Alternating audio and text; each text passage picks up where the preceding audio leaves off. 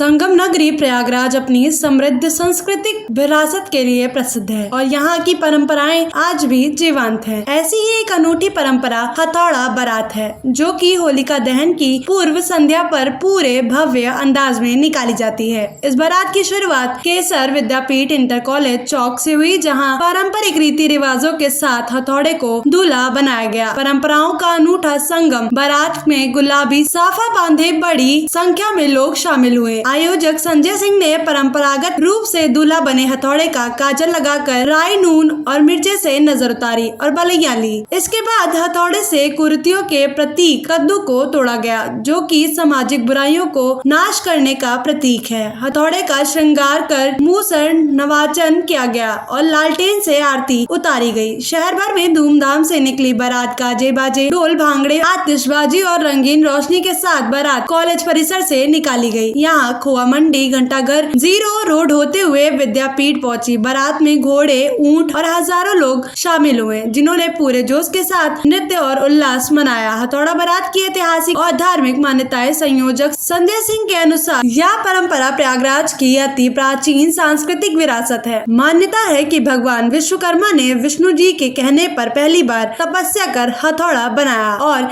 इसकी उत्पत्ति प्रयागराज में हुई। इसी कारण प्रयागराज में होली की शुरुआत हथौड़ा बारात से होती है। व्यंग और हास्य से सरोवर या बारात एक पारंपरिक विवाह जैसी होती है। बस अंतर यह है कि दूल्हा हथौड़ा होता है। जैसे माता अपने बेटे की शादी में नजर उतारती हैं, ठीक वैसे ही हथौड़ा का संस्कार किया जाता है। बारात में चवन्नी कम, मुर्रेदार, बैठकबाज, खुर्रट, लप्पू छन्ना, नौरंगा जैसे आदि व्यंग स्वरूपक शामिल रहते हैं, जो हास्य व्यंग का अनूठा रंग भरते हैं। फागुनी मस्ती के साथ हुआ स्वागत। बारात का शहर भर में जगह जगह फागुनी मस्ती के साथ बारात का स्वागत किया गया। इलाहाबाद के होलियारे जमकर ढोल नगाड़े पर नाचे और आतिशबाजी की। इस अनूठी परंपरा ने एक बार फिर प्रयागराज की संस्कृति को समृद्ध और जीवंत कर दिया है। बारात उठ रही है, मगर पहले इसका रूप एक संक्षिप्त था।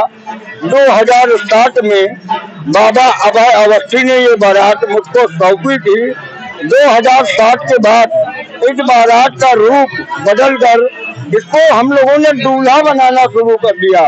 और एक माँ अपने बेटे को जब दूल्हा बनाती है तो उसकी जल डाल कर उसको शुद्ध करती है, उसकी बछैयाँ लेती है, उसकी बलैया उतारती है, उसको काजल लगाती है, उसकी दीपक से आरती उतारती है, लोहा नचाती है, मूसर नचाती है, ताकि उसका बेटा हर भलाई से बचा रहे। उसी तरह इस हथौड़ा बारात ने इस हथौड़े का वो पूरा कार्यक्रम कर हथौड़े को दूल्हा बनाकर नगर में उसको घुमाया जाता है और इलाहाबाद शहर में होली की शुरुआत की जाती है। और इसके साथ एक कहानी भी जुड़ी है कि प्रयागराज में इस हथौड़े का जन्म हुआ है। प्रलय काल में भगवान विष्णु इसी दारागंज में अक्षय वट की पुंजी पर बैठे हुए थे। माँ लक्ष्मी ने कहा कि भगवान आप तो धरती का सृजन करें, तो भगवान विष्णु ने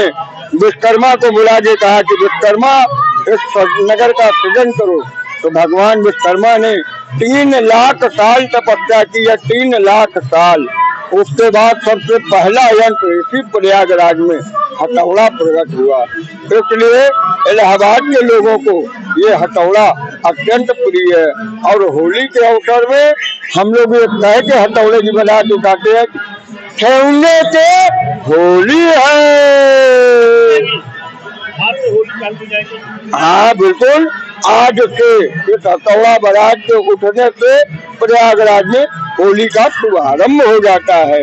ये समझ लीजिए आप। और अगर आप लोग उचित समझे तो छोटी सी चीज है, भविष्योत्तर पुराण के 226वें श्लोक में लिखा है, उठा के साथ देख लीजिएगा कि धरती पर एक राक्षसी हुआ करती थी, दुम्ना राक्षसी। वो गाँव जाके